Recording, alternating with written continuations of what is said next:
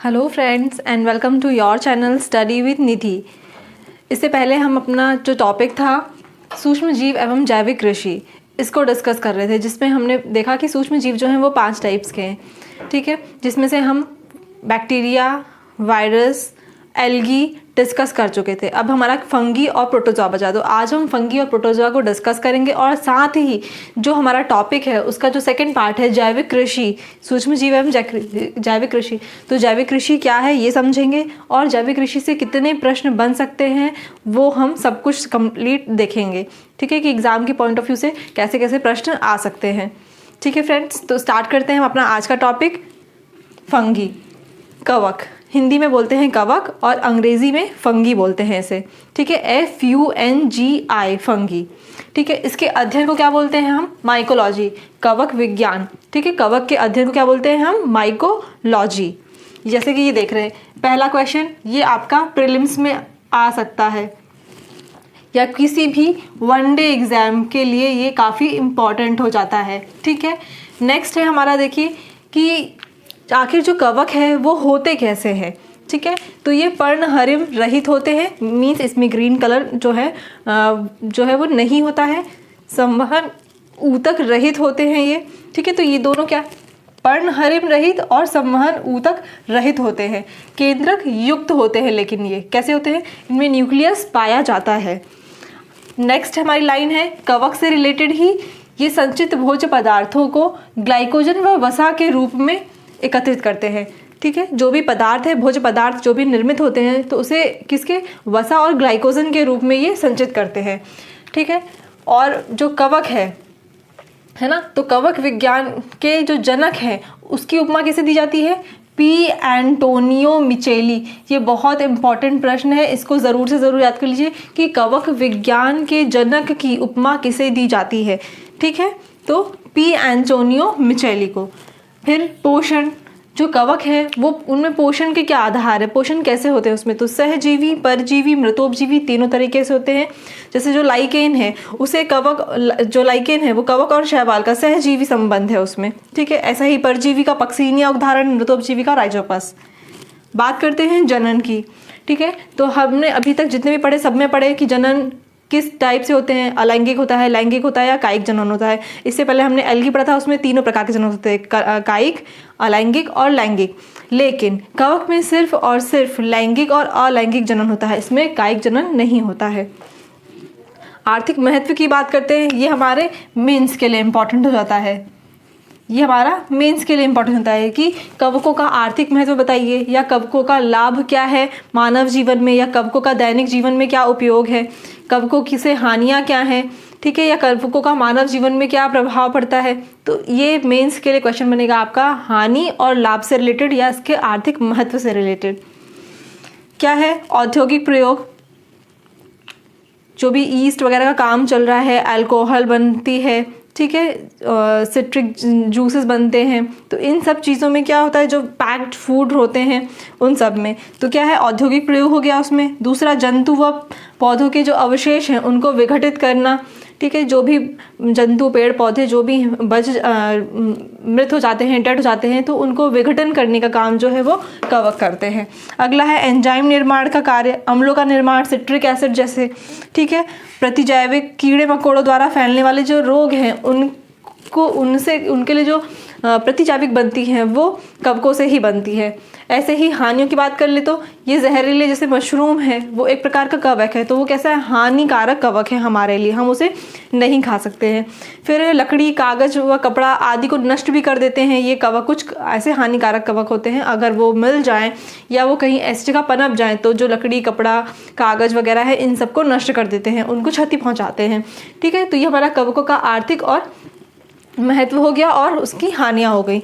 अब कुछ रोगों की बात कर लेते हैं हम कि कवकों से कुछ पादप रोग होते हैं और कुछ जंतु रोग होते हैं।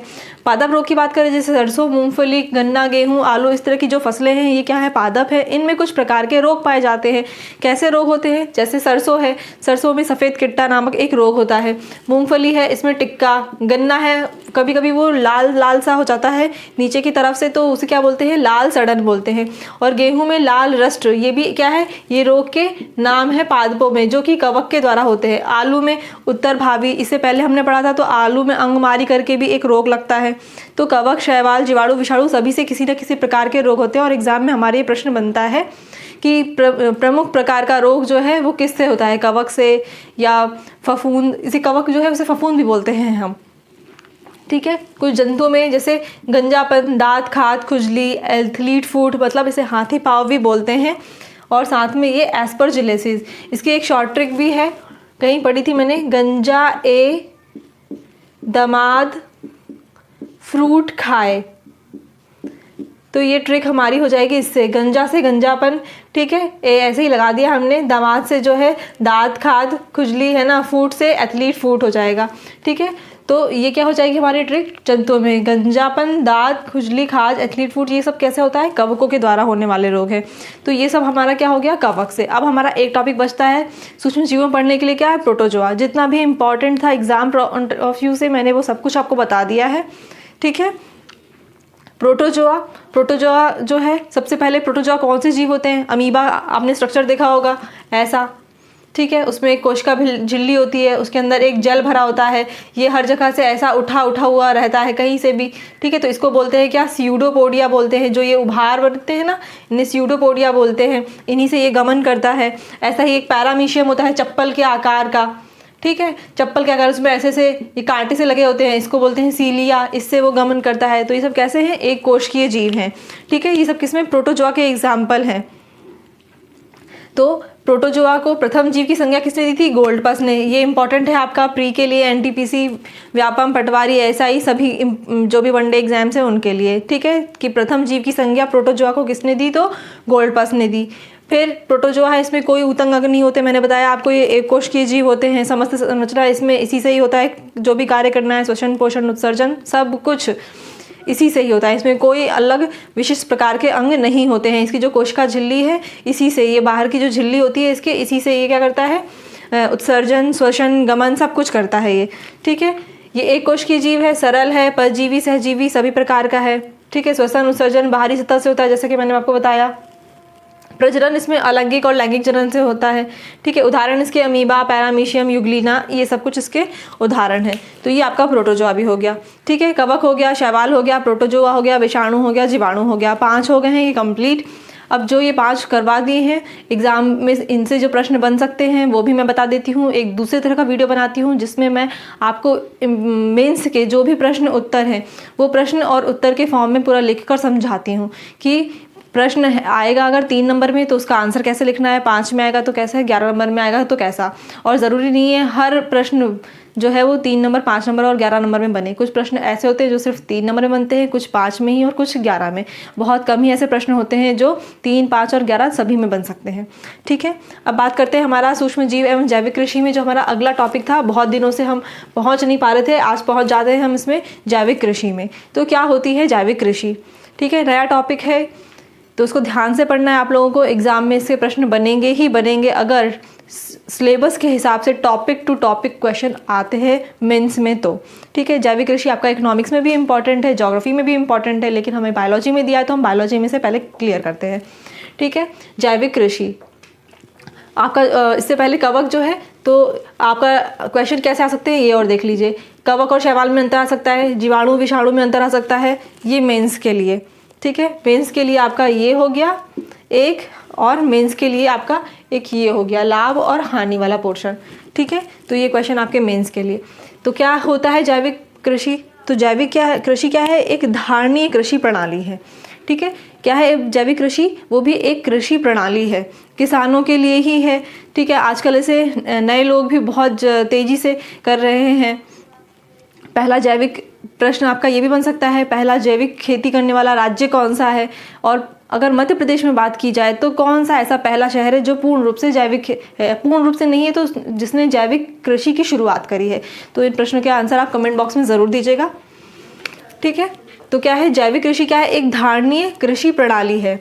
दूसरा क्या है जैविक कृषि, हम बात कर रहे हैं यहाँ पे अभी जैविक कृषि क्या है, ठीक है, किसे कहते हैं, प्रश्न आ गया तो कैसे लिखेंगे, क्या है जैविक कृषि, अगर एक लाइन में पूछा तो समझ में आना चाहिए पहले तो जैविक कृषि क्या है।